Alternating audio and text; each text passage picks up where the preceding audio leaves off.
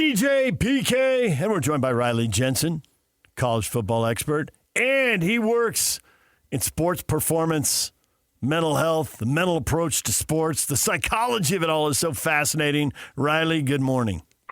What's happening, fellas? Riley, I need you to assess a bunch of people you've never met. Are you ready? Yeah. Cincinnati had a good thing going. Had a 7-game win streak after that opening loss to Nebraska, but they got drilled by Utah. And then they lost at home to Arizona. So do you think they put 2 feet in the ground and their hands on their hips and make a stand against BYU and maybe wreck the Cougars down the stretch here? Or they are a beaten, shattered group and the Cougars are about to go in and run all over them? What do you think? Assess the psychology that Cincinnati is going to bring into this game. So I think there's some interesting psychology to this, and I remember a long time ago, one of my coaches told me that winning hides a lot of warts, and it's hard to point out that somebody has warts when they're winning all the time. And I think what happened with Cincinnati is for whatever reason they were winning. I think they have a pretty good quarterback. I think they have a really good tight end. I like their run back. They do some really good things. But they're just not quite at the level of competing and winning for a Big 12 championship yet. And so what happens is you win all these games, you get exposed by the University of Utah. Then you realize you have all these warts to work on, and mentally that becomes sometimes a little bit overwhelming. And so I guess the long answer to your question is I don't think Cincinnati's quite as good as we thought they were. I think they're a good team. I think they're a team that you have to be smart and you can't turn over the football and there's things that you can't do. But I think BYU is going to be fine this weekend. They have the blueprint from the University of Utah. A lot of the defensive schemes that Jay Hill are similar to what Morgan Scalley runs, and I think they're going to be able to replicate that this Saturday. From the BYU perspective, they're in the exact same spot as they were last year. Last year, they were 9-1, going down to Tempe in the next to the last week of the season, and we know that they lost to a pretty good team. This year, now they're going to Cincinnati. It looks maybe not, I can't identify it specifically as to why, but it looks to me like they are a better team than last year, which then would lead you to believe they have a better chance to come back with the win. How do you assess it?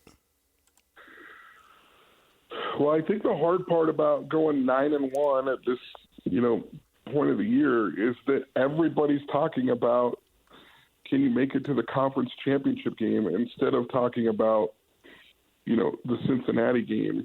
And there's just a different kind of talk and a different kind of excitement for the team when they're walking through campus, when they're talking to their parents, when they're talking to old friends in the community. Everybody's talking about, can you make it back, and can you beat Texas Tech again? Well, they're not playing Texas Tech this weekend, and they're getting a lot of questions about that. And I feel like that's the distraction. And I know so many coaches on the BYU staff, and I know that they're talking about that, and I know that they're trying to focus these guys on just this week. But that's the danger, right? That's the rat poison that you got to stay away from right now, is that you really do have to play week to week and game to game and situation to situation. So I think part of like growing and why you hear people say cliches that you probably hate, PK, like, you can't skip steps on the way to a championship. You can't skip steps on the way to building a championship program, is that you hope that players that were on the team last year are talking to younger guys and warning them about, hey, we were in this exact same situation last year, and it was really disappointing to finish the season with a loss to Arizona State. And we've got to stay focused, and we've got to do this, and we've got to do that. And that's why veteran teams win more than teams that aren't veteran win, is because they learn the lessons from, and it's interesting because college football is such a short time, but you learn the lessons from just a few years before, and then hopefully you make the next step. And I think that's what Kalani's hoping to do. I think that's what the staff with Aaron Roderick and Jay Hill are trying to do. And I think that's important this week. I think it's really, really important not to get distracted by all the tugs and the pulls that get you pulled away from, like, the task at hand. I expected you were 0% surprised that when Kalani was asked about style points, that he went straight to, I'm trying to win this game this weekend. That's it. We got to win this game this weekend. That's it. And he wanted no part of that. Do you think that is any consideration at all when it's the coaches just among themselves? I mean, if he throws that out there in public, it's bulletin board material. It's motivating for the other team. It tells his guys they're going to win this game easily. I mean, there's a million reasons he wouldn't go there. He's been saying, stay humble all year long. There's a million reasons not to go there publicly. But privately, do you think they think about style points at all, or are they really just thinking, if we get to 12-1 and win these next 3 games, we're the Big 12 champs and we're in the tournament and nothing else matters? I think the answer is yes to both, and here's what I'll say: it's really hard as a coach when you're caught up in the weeds and you're in the study of each team every week. And this is like a huge chess tournament every week that you have to prepare for, both mentally as a coach, and then trying to take that game plan and implement it to your players. And for me, when I was coaching on the college level, when I was coaching on the high school level, even at Little League level, it's hard for me to look at another team and not just have a ton of respect for them and have this real unease that if we don't do this and if we don't do that and if we don't do this well, like, this team can beat us. So there is some real truth to what he's saying about, like, this game is all that matters. If they get to the game and they start to play well, I think that he's very aware that style points matter. And I think he will shift from, mid-second quarter, they're up 2 touchdowns, and he's feeling the momentum of the game. He's going to shift from the mindset of, like, hey, we just need to win this game to we need to bury these guys. I don't think this is Kalani's vocabulary, but he would say we need to step on their neck type of thing, where we really need to finish and we really need to send a message to everybody in the Big 12 and everybody in the country that we are a playoff team. So I think both things can be true, and I think he's telling the truth right now in the sense that he has a lot of respect for every team that he plays. He wants his players to have that kind of respect. And then if you have, the situation like the University of Utah lately where they're winning every game by 20 points or more, you go ahead and you put some style points on it. You have concern that Cincinnati had all these high hopes, right, of competing. They got a senior quarterback and all that stuff. And for the most 2/3 of the conference season, they did compete. And then they come out to Utah and get smoked, and then they go home and lose to Arizona. So theoretically, they're still in it, but it looks like it's hanging by a thread. Do you see in that situation where they could just fold? Unfortunately, in today's world, yes.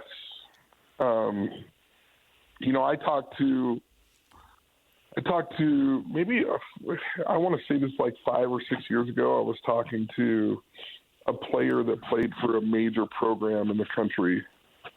And he was like, it's really hard to keep everybody motivated once you're out of the national championship hope or hype, because our fan base and our players and our coaches and everybody that's involved with our program is like national championship or bust. And, while Cincinnati might not be a team that is considered national championship or bust, I do think that they had high hopes for their team this year, and I think that quarterback's really good. If I were their coach, I'd be talking about putting your name on every single rep this week, putting your signature on every single thing that you do, putting your signature on everything that goes into the film that's going to show up this week, and helping them to play for not just the pride of the school, but like the personal pride of, like, regardless of whether we go to, the Big 12 championship or not, like, you need to play for the pride that's your name on your back, your family's name, your name, and really kind of play that up. But there really is a different feel now for teams that are in the hunt for the playoffs, that it's like playoffs or bust. And if you don't make it to the playoffs, it's hard to keep people motivated. It's like, oh, suck. We didn't make it to where we wanted to be, you know? Totally buy all of that, and I think that's what Ute fans were feeling after the loss to BYU. Well, that's 2 losses. How are we going to get to the conference title game? How can we possibly get to the playoff? Now they're standing here, and it may not break their way, but there is still definitely a path. Whether they get to take it or not remains to be seen. In the meantime, they have been crushing everyone.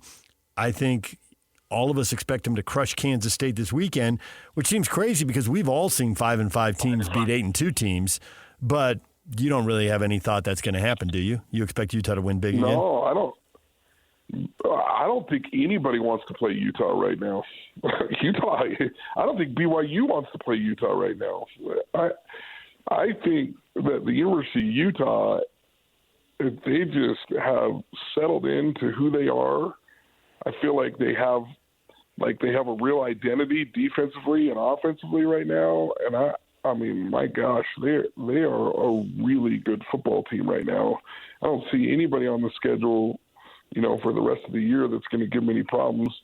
Although that's a little bit of a problem for them because, you know, you want to have a good win, you know, towards the end, but they can only play who they can play. And I think there's a real chance for them to get everything that they wanted, even after that BYU game, just because of the way that they're playing. Now, they're not going to get the SEC nod or the Big Ten nod that those teams get with 2 losses. But, man, you look at their body of work right now, and their only losses are to teams ranked in the top 12, top 11, and they're really putting together a resume that could make an argument. Now, just like you guys said a few weeks ago when I was all excited about where they were ranked in the college football playoff rankings, I still think that's a real outside chance. But, goodness, just all you can do if you're the University of Utah is take care of what you can take care of and then hope you put enough pressure on everybody that makes decisions. And that's kind of a fun position to be in. Have you seen anything as you've watched Kyle Whittingham in terms of body language, demeanor, or whatever it might be, to think that this might be it? He turned 66 this week. I think there's people that know him better than I do that would be able to tell you that kind of stuff. I feel like he's had the same body language for like 35 years. Yeah. It's hard for me to read him at all about like what he's thinking or where he's going. I know that in his mind there has always been that thought. He was so close to his dad, and he was so close to, you know, he's so close to his family. And I can't remember how old his dad was when his dad passed away. 64. Yeah, so Kyle's 2 years older than his dad was. He's very aware of that. And that's what I was going to say. I know he's very aware of that. But I think teams like this, like, get you excited about the possibilities of the future. And it's hard to just say, I'm just going to, you know, right. I'm going to ride into the sunset. Because it's like, man, it's so close. I'm so close to being a playoff team and a team that because I know, the one thing that I do know about Kyle is he feels like if he got in a playoff and he had time to prepare for some of these teams, I think he feels like he could beat anybody in the country. And so that's hard. And when you're a person that has you have to think about Kyle Whittingham. He's 66 years old. He has probably been involved with football since the age of 8 years old. I mean, it's who he is. It's what he does. It would be hard to walk away. And there's not very many people in sport. I've actually written an article about this called Sports Will Break Your Heart. Yeah. There are not very many people that get to walk away from sport on their own terms. There just aren't. If you really think about it, even the best of the best, the pros. I mean, Brett Favre retired how many times, right? And he could have retired on his own, you know, on his own will and merit. And I think it's a hard place to be for Kyle. I don't envy his position. I'm sure that there's some pressure from his family and even some of the coaches like, hey, man, it's time to hang it up. But there's part of him that's like, yeah, but man, I'm so close. I've spent my whole life, doing this. Why would I leave something that I'm so comfortable doing and I'm so motivated to do? Yeah, he's been kicking A and taking names since age 4. I mean, it's probably true. It is. And he probably resents that because he's thinking, you think I was a soft 3-year-old?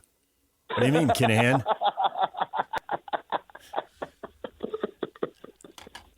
Well, he's told me stories at age 4. Okay.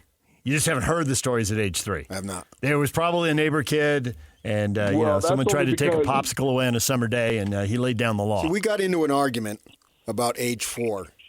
He was 4 years old when the Beatles made their this story. I didn't know this story was first tied appearance to the 4-year-old. at the Ed Sullivan show. Uh-huh. And so I was talking to him about it. I said, "Oh man, how about that?" Yeah, I remember it. I said, "You do know." No, I remember it specifically. I remember it literally where I was, what I was doing. I said, "You do not."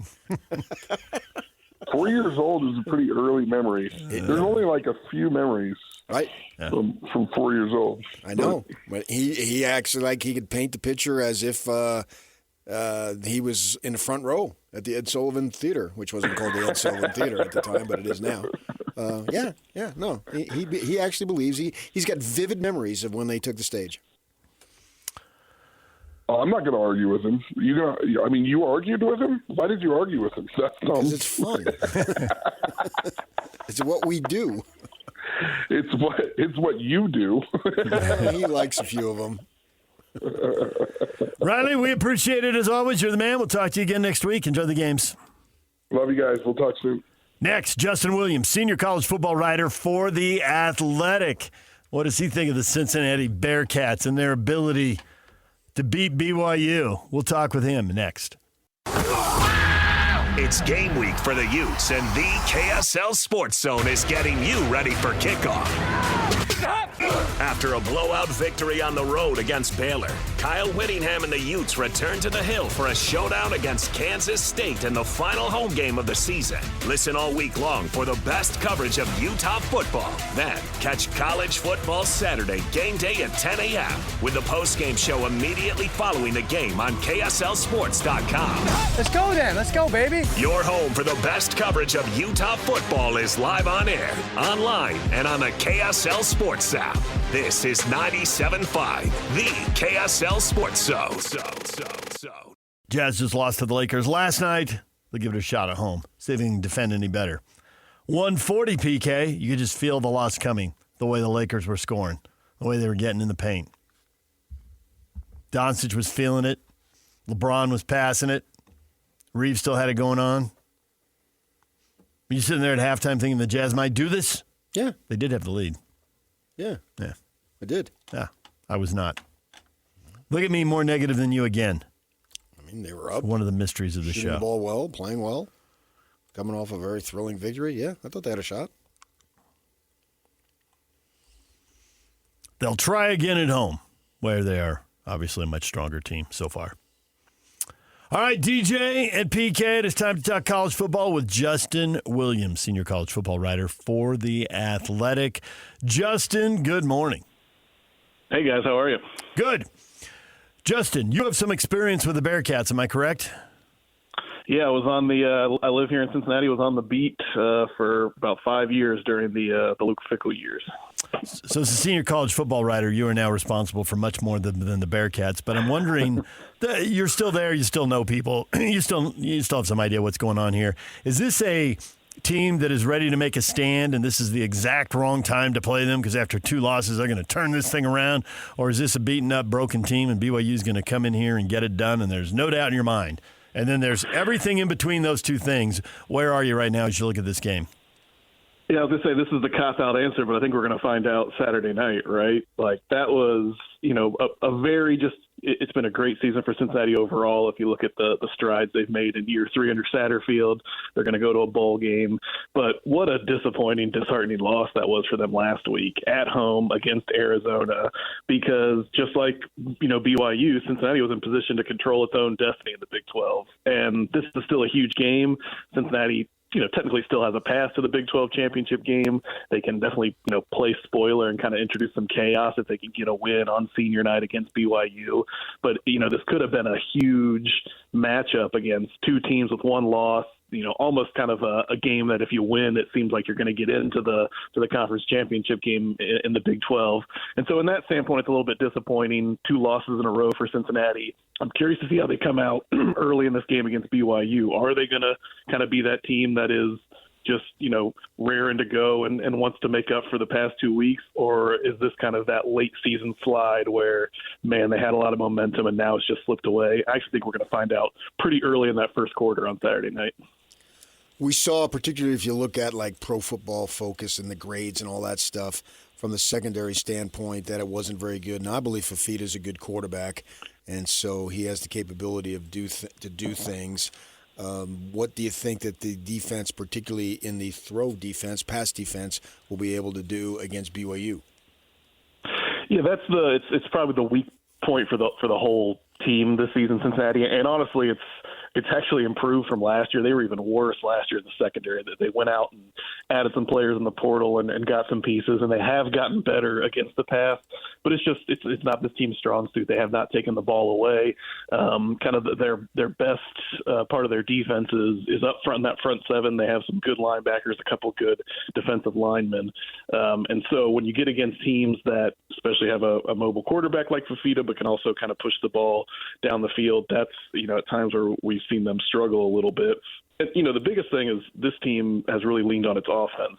And I think Arizona did a good job of not necessarily bottling up Brendan Sorsby, but kind of neutralizing it. And so if the offense can't break out and score 30-plus, it's going to be hard for them to win some games. And that's why I think this is a tough matchup against BYU. Not necessarily because BYU wants to sling it around a lot, but they have a good, efficient offense. Bear Bachmeier is really tough, is a good dual-threat quarterback.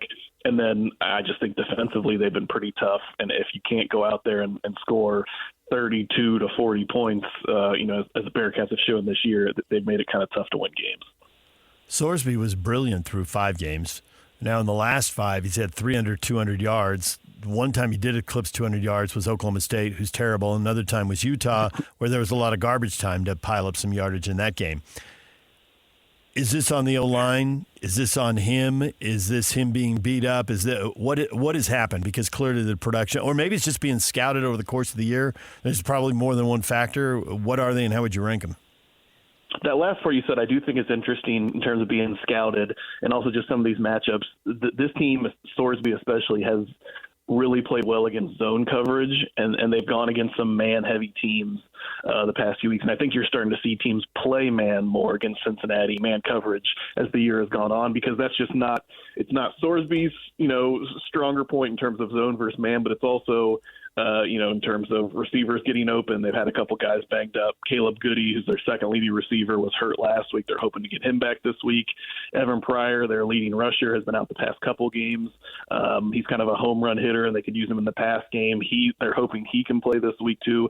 So you are potentially getting some pieces back, but I do think you're seeing defenses watching the film and saying, like, man, this guy is really picking us apart or picking teams apart against zone coverage. So he's going to see a lot more man coverage as the year goes on. That's something he has to improve on. That's something the receiving unit, has to kind of get better and create that separation. And so, I'm kind of curious to see. Cincinnati's well aware of that. They even talked about it this week in press conference. It's like, hey, we're getting man coverage. We haven't done as well against that. We need to figure out a way to change that. And so I'm kind of curious to see how that works and maybe what Jay Hill over at BYU kind of draws up to try and neutralize all of that. So Sorsby definitely, he was kind of getting some dark horse Heisman buzz there for a stretch in the middle of the season. That's totally fallen off. He's a really talented player, but they need him to kind of get back to that early midseason form if they want to have a chance to win this game. Is there any concern that, last year didn't end the way it wanted, but this year they've made improvements? So fine perspective in that, and we know we lost a couple of close games, but overall we've had a really good season. So where I'm going with that is that not dig in and win at all costs type of thing, but look at it from a broader, bigger picture, which may lead to some, I don't know what you would call it, but just not the fire to win this week. Yeah, I mean, it's tough. It's definitely been an improvement on last season. I think everyone coming in was like, they got to get to a bowl game in Cincinnati. There was even some kind of early, like, Scott Satterfield hot seat talk. I don't think that's going to be the case, that they're going to a bowl game. They've obviously made strides. But the problem last year, they started 5-2, lost their last 5 games, right, missed out on a bowl. Now you run the risk of, you lose this game, that's 3 in a row. Could you finish the year on a 4-game losing streak? Even if you're going to a bowl game, like, any of that momentum that you had built up, any of that goodwill you had built up just a couple of weeks ago when you're ranked and kind of in the Big 12 conversation, you lose a lot of that, even if it's an improvement on the season before. So I think, this game would go a long way, even if they don't make it to the Big 12 title game. If you can get this win against, at home, a night game experience, big noon kickoffs coming to town, all that kind of stuff. If you can do that against BYU, then you really can look at this season, no matter how it ends, and kind of feel like, man, this team made some strides. It's definitely moving in the right direction. If that doesn't happen, because I think honestly that's going to be a really tough task to beat BYU for Cincinnati on Saturday, then you better get that, end last game of the season at TCU next week. That's when you can't really afford to drop, because then, like I said, all that goodwill and momentum you built up, it's going to feel like it totally went away. We're joined by Justin Williams. He's a senior college football writer for The Athletic. The updated college football playoff rankings are out, and somebody once said, I think it's a pretty cool saying I've held on to, truth is a big ball, and you can never see the whole thing from any one place at any one time. So we know what people are complaining about the college football rankings here. I can guess what they're complaining about in Miami. Sitting in Cincinnati, when people see the ratings come out, the rankings come out, maybe they think, oh, these are perfect. This is very well done. The committee's very bright. But that doesn't seem to be anybody's reaction. It's biased. They're ignoring something. What's the committee missing from the perspective of people sitting in Big 12 and Big 10 country? Yeah, I feel like a lot of fans of the committee in South Bend, Indiana, but beyond that, I don't know how many people are like really singing their praises. It's a thankless job, sure, but yeah, I think from a Big 12 perspective, like, this feels like the second year in a row, right, that maybe BYU is just not getting the credit it deserves. And I get it. The resume is what it is. You can look at the metrics and strength of schedule and strength of record and all that kind of stuff. But, like, BYU has one loss this season to a top 5 team. And, I can totally understand why that's frustrating. And I think from a Big 12 perspective, you have a lot of people saying, like, if this team gets to the Big 12 title game, even if they were to lose to Texas Tech again, like that, to then shut them out for a SEC team that has 2 losses or even 3 losses, or a Big 10 team, that kind of doesn't necessarily seem fair. So that was, I think one of the main takeaways, whether you're watching it in Provo or whether you're watching it across the country, is you're always going to get the accusations of SEC bias or even Big 10 bias. But to me, it's just like, man, this BYU team 2 years in a row, I'm sure is kind of sitting there thinking, what more do we have to do to appease this committee? So Big Noon's going to be there, right? Yeah, Big Noon will be there, and then they'll take an 8-hour break or so before the 8 p.m. local time kickoff. Ooh, that could be dangerous if Urban Meyer's got 8 hours to kill in Cincinnati. He'll visit his old stomping grounds. He's a Cincinnati grad. So he'll right. find plenty. He is. Who gets to claim Urban Meyer more, Ohio State or University of Cincinnati? That's a loaded question, especially here the past few seasons. I think Cincinnati acknowledges that he was a grad, but I think probably Columbus is that's the place that got the national championship. So there you go. Well, Justin, we appreciate the time. Thanks for coming on, talking a little football with us, and enjoy the game. That should be a great game. Looking forward to it, and hopefully we get to talk down the road. All right, thank you, Justin. Justin Williams, senior college football writer for The Athletic, joining us here on The Zone. DJ and PK, it's 97.5, the KSL Sports Zone. It's a Win Tickets Wednesday. We gave away the Jazz tickets. That's all over. Sending somebody to the game, Yak? Excellent. We were sending Jason to the game. All right, all done there. That's taken care of. We've got more in a moment. More football on the way. 97.5, the KSL Sports Zone. You've been listening to The Zone for decades. Yes!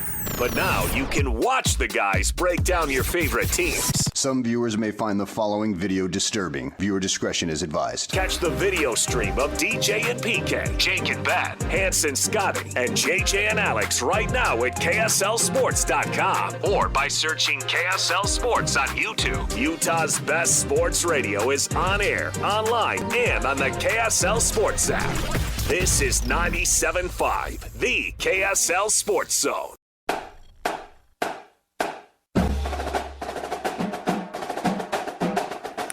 The Mr. Mac, Utah County High School Player of the Week this week, Orem High School's Lopeti Moala Jr.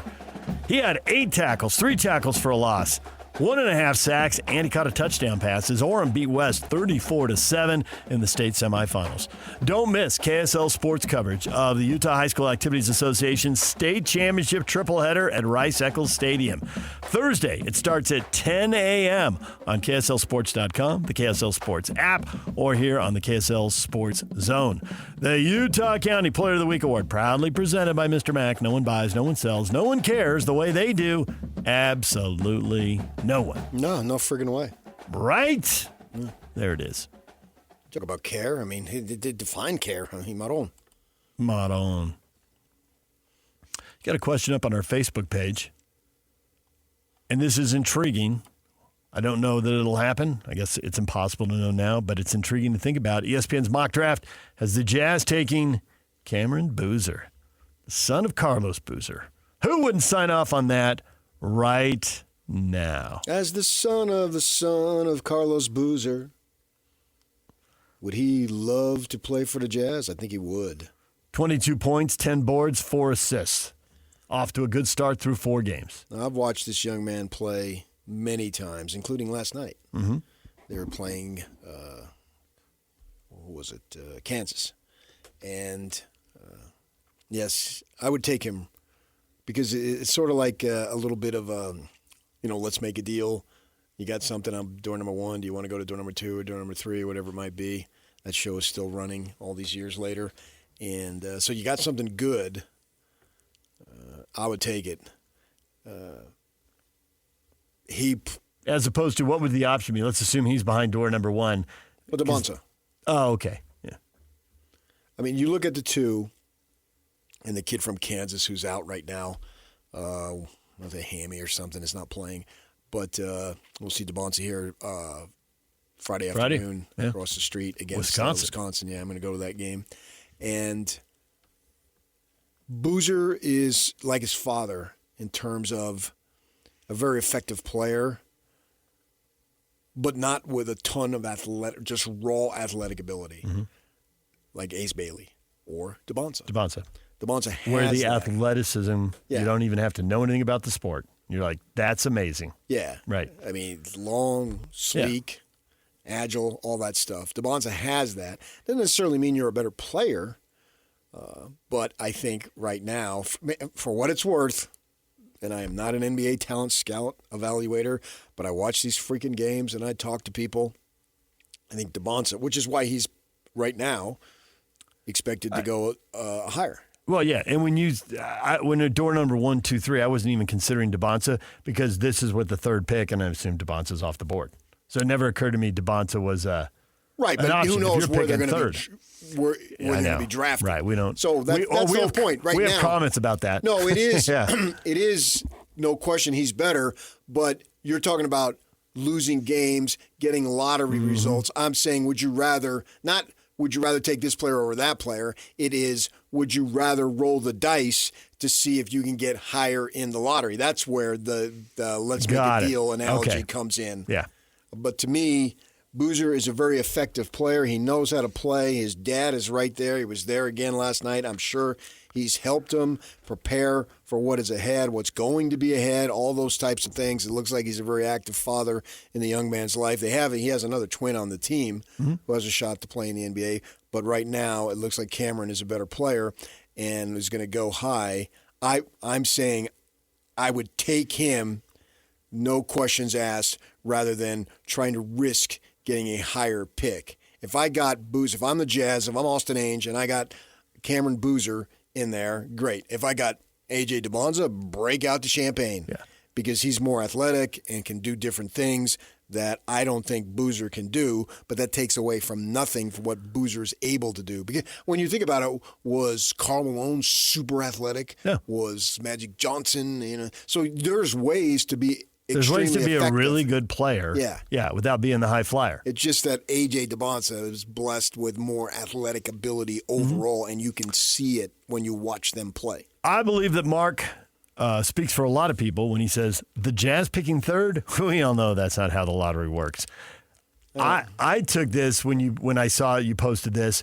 I thought, I'd sign off on that right now. Of all the possible draft outcomes, the 8 potential spots, players that they could get, the people who are projected there, this is on the high. Cameron Boozer's on the high end of the possible results. And obviously one of the results is you lose the pick and you don't have it at all. Yeah, I know.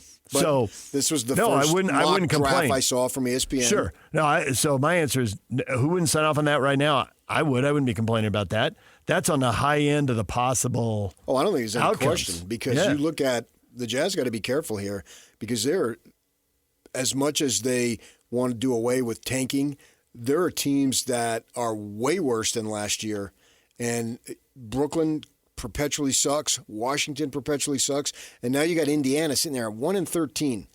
And they've had circumstances that they don't have their best player, right? And they're not going to lift a finger to get better. What's the point? They are not. Halliburton is not coming back anytime soon. Indiana's going to be horrific. I've got 3 teams right there. Charlotte traditionally sucks. So that could be possibly 4. They're 4-10. They're well within range of, that's. Right. And it just seems like LaMelo Ball and these guys are in and out of the lineup, constantly hurt, blah, blah, blah. They're this generation's version of the Clippers in my mind. Yeah. Charlotte, Brooklyn, Washington, Indiana. There's really no hope for any of the 4 And of then them. you go on the other side, our side, New Orleans, Sacramento, Dallas, Memphis. The Clippers are below the playoff line now, but I can see them getting better and winning some games. Because I think they lose their pick to OKC also. New Orleans loses their pick, but they don't appear capable of doing anything. No, they've already changed coaches. Yeah. And we didn't even get through the first month. So to your point, for people who are driving and couldn't add that up, you just listed, let's assume the Clippers are at least a C- or maybe Memphis. D+ team. Okay, so if Memphis is in this group, there's 10 teams. If Memphis gets better... maybe Memphis being better. If Memphis is better, then there's 9 teams in the group. And the Jazz have enough talent unless they sit Markkanen and George. Fact. Totally believe that. Even with Kessler out. If you play hard, and if you have a little bit of a home court advantage, which they do, some of these places, like you watch games, there's nobody, there's no atmosphere, there's nothing. Jazz fans are still excited to go to games. If there's a big play, they're on their feet screaming and hollering and creating a home court advantage. And the Jazz are turning that into some home wins. They got a winning record at home. Barely, but yeah. Barely, right. But, New Orleans is 1-6. Brooklyn and Washington haven't won a home game yet. So to your point about the Jazz could be bad, and that could be enough to doom their draft hopes. Because some of these teams look like they're horrific. I think Austin Ainge might have to walk back what he said. We're not going to do that. There's that. If they want to maintain their pick, they're going to have to do it. There's that. There's an injury like Kessler has already had one. Somebody has something happen in the next couple of weeks. Or there's give up the pick. Yeah, but I don't think you can plan on injury. No, you can't. But it could happen. The Kessler thing happened. If they had rim protection, I'm sure it could happen to Portland. It could happen to the Warriors. It could happen. It could be happening to anybody, though. So there's just as much a chance that teams are now that are solidly in the playoff.